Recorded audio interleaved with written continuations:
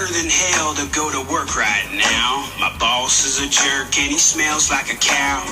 Payments are late and I can't get a break. Well, I can't catch that, but I can catch a fish.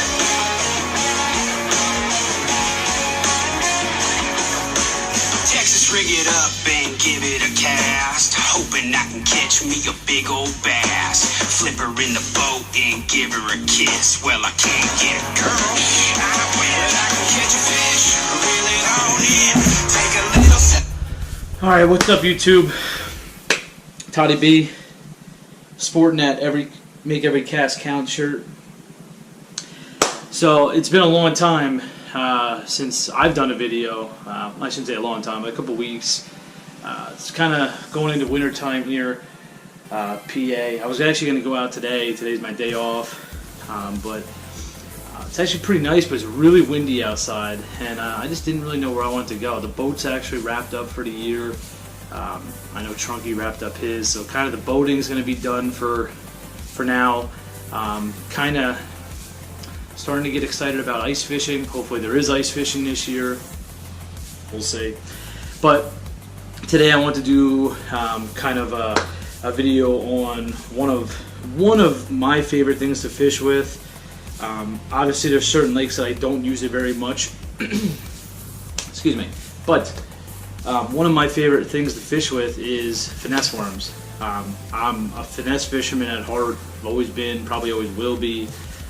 So I want to talk a little bit about just actual finesse worm fishing. You know, finesse fishing can be taken so many different ways, so many different baits, but finesse worms and finesse fishing with them.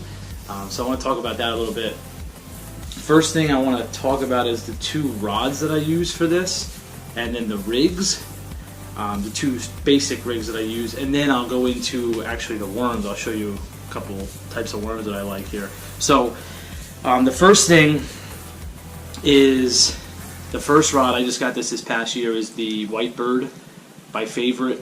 It's in their select line. So I got this. This is actually the 7.2. It's the drop shot rod.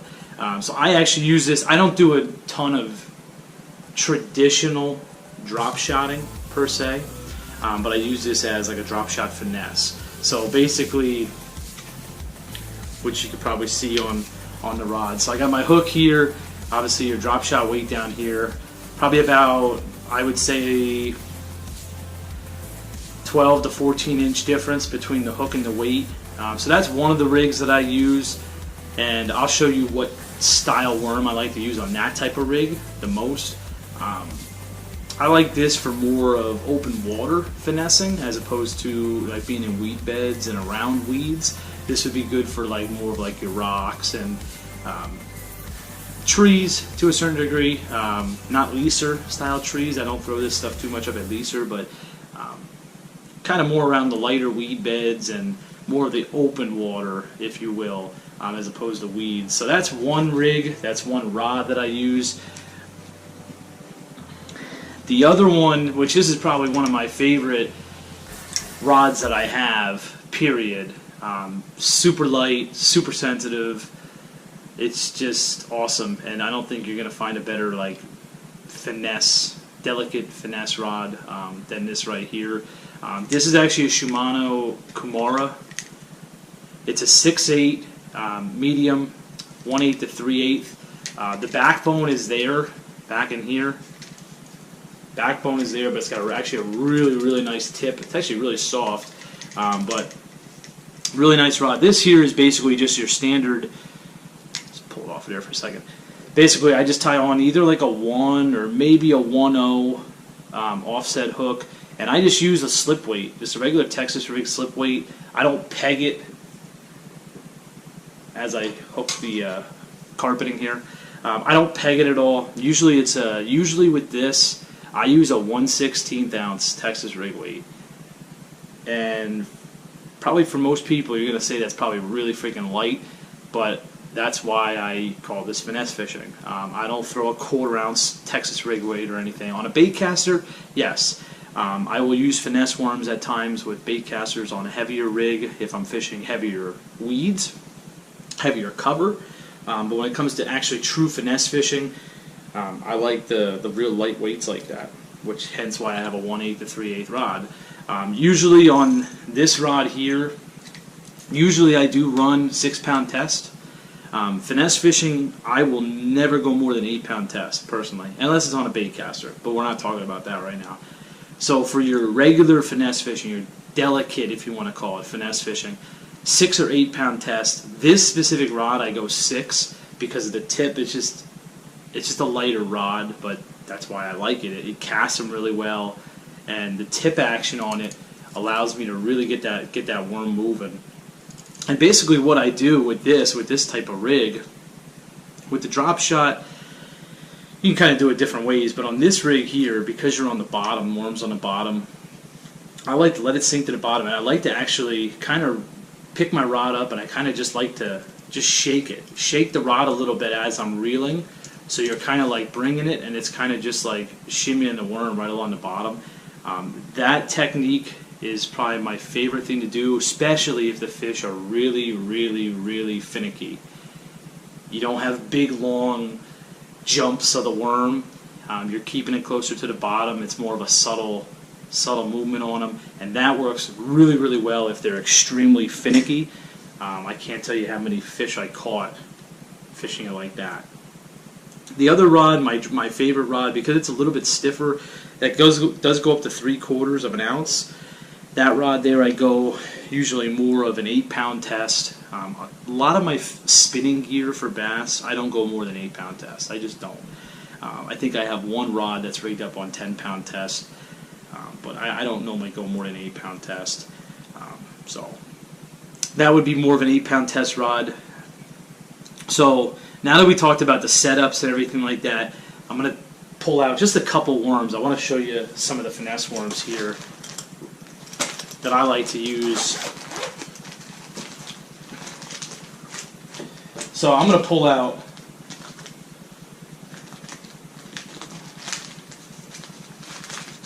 I have a couple different colors here. I'm not going to pull out every single color, but I'm just going to pull out the brand. So these guys right here, Strike King Super Finesse Worm. These are the Elastec, they call them. I'll pull this one out. This is actually, I think this is watermelon red. Obviously a good color in any bait you fish with, any single bait you fish with. This one's a little demented there being in the pack. But anyway, as you can see, super stretchy. Super stretchy. That's one benefit to these. As long as you don't get snagged and you don't lose it, break off, or pickerel bites the line and that's it. These here, you can catch, you just keep catching fish on them. They don't rip. They'll never rip. Never rip. Unless, like I said, unless a pickerel or something grabs it and cuts it clean in half, or you get snagged, you break off. But other than that, you just keep catching fish on these. It's a nice size. I think they're considered, it'd help if I just look on the pack, right? Yeah. 4-inch. It's a 4-inch finesse worm. It is watermelon red. I thought this was green pumpkin red, but yeah, it's 4-inch. This here, it's a really nice size. And this type of worm right here, because it technically floats, I don't know. I just grab them and catch fish. I don't know. But anyway, I think these actually are ones that kind of semi-float. So I actually like, you can throw these on both rigs that I showed. This one, anything that kind of semi-floats though, I like to have it on the drop shot rig. That way that weight is on the bottom, and that worm will actually stay up here, and it'll actually kind of stay somewhat like this here. So however long you have your leader, it'll stay off the bottom. So that's really good if you notice fish that are, if you're fishing water and you see the fish are, let's say 2 feet, 3 feet off the bottom. If you scan it, see them a couple feet off the bottom, make sure your leader's that height.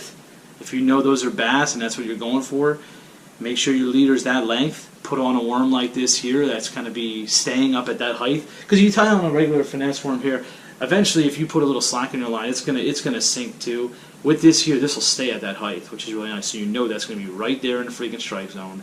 And once you start wiggling it, you're good. So this is probably one of my favorite finesse worms that I use.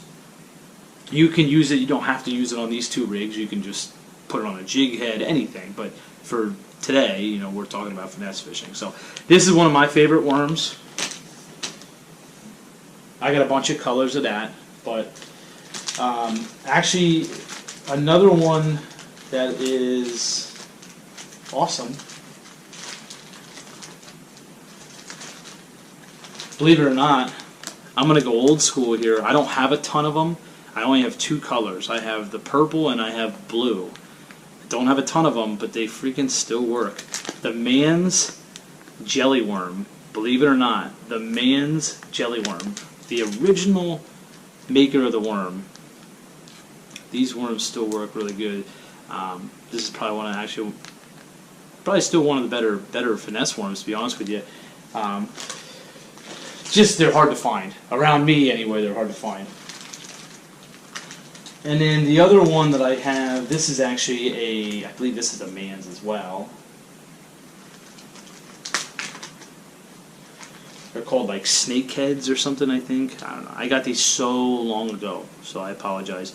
But these here, you probably can't see it really good on the camera, but you can see it tapers off to the tiniest little pointy tail. And I'll tell you what, this thing here, just holding this thing, that tail just like is constantly like wiggling. And this thing here is awesome. Super, super soft, as you can see as I'm holding it, how like flexible it is.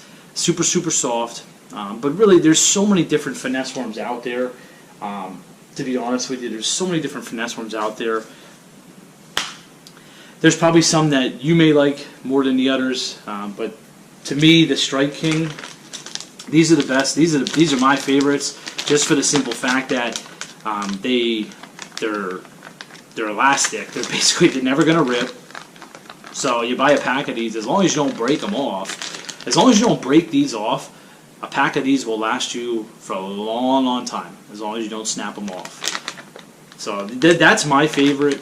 I think they're around $4, $5. So the price is not bad. You get 15 of them in a pack.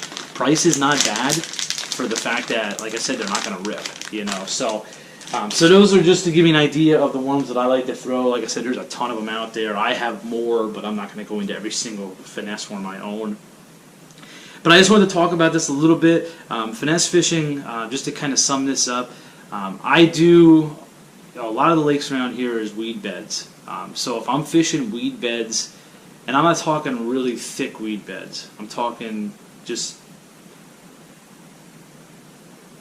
not talking like really, really thick weed beds where you'd have to flip to penetrate, okay?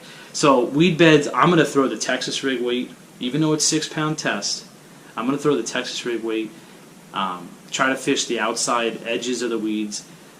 That way it allows it to stay weedless. Okay, if I'm fishing more open water, isolated weed beds, like if you're out, let's say off a point and there's just one little weed bed, I'll throw the drop shot rig if that's what I have with me that day, because hey, you're not fishing thick cover, it's alright. Or like I said, more open water structure. So if you're fishing like rocks or rock piles, or let's say trees. If you fish a tree, you know, I don't normally, for people who watch our videos, I don't normally throw this kind of stuff up at leaser. But so that just kind of gives you an idea how I like to fish finesse worms.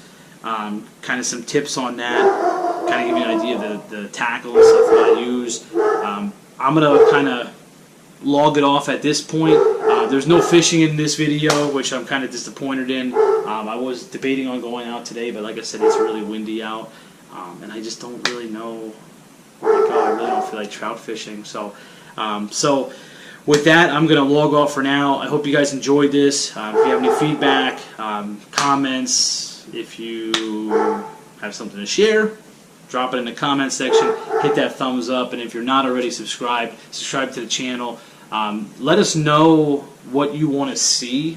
We're willing to do stuff too. I know Chad's been doing some hunting stuff. I'm not much of a hunter myself, so I'm hoping there's ice fishing coming up soon, so I can get some of that action going up here. I think that'd be really cool. But let us know what you want to see, if you guys want to see anything specific, or videos like this. If you guys like this, let us know. I will try to do more videos like this. If you have a specific bait or something that you want to maybe learn about or whatever, drop it in the comments, shoot me a message, or shoot Chad a message. Anybody, really, let us know. But I appreciate you watching. Like I said, if you like it, hit the thumbs up. Subscribe to that channel. Like I said, I'm rocking my Make Every Cast Count, and pretty sick shirt. But for now, we'll see you guys later. And if you're still fishing, baby, fish on, rip those lips.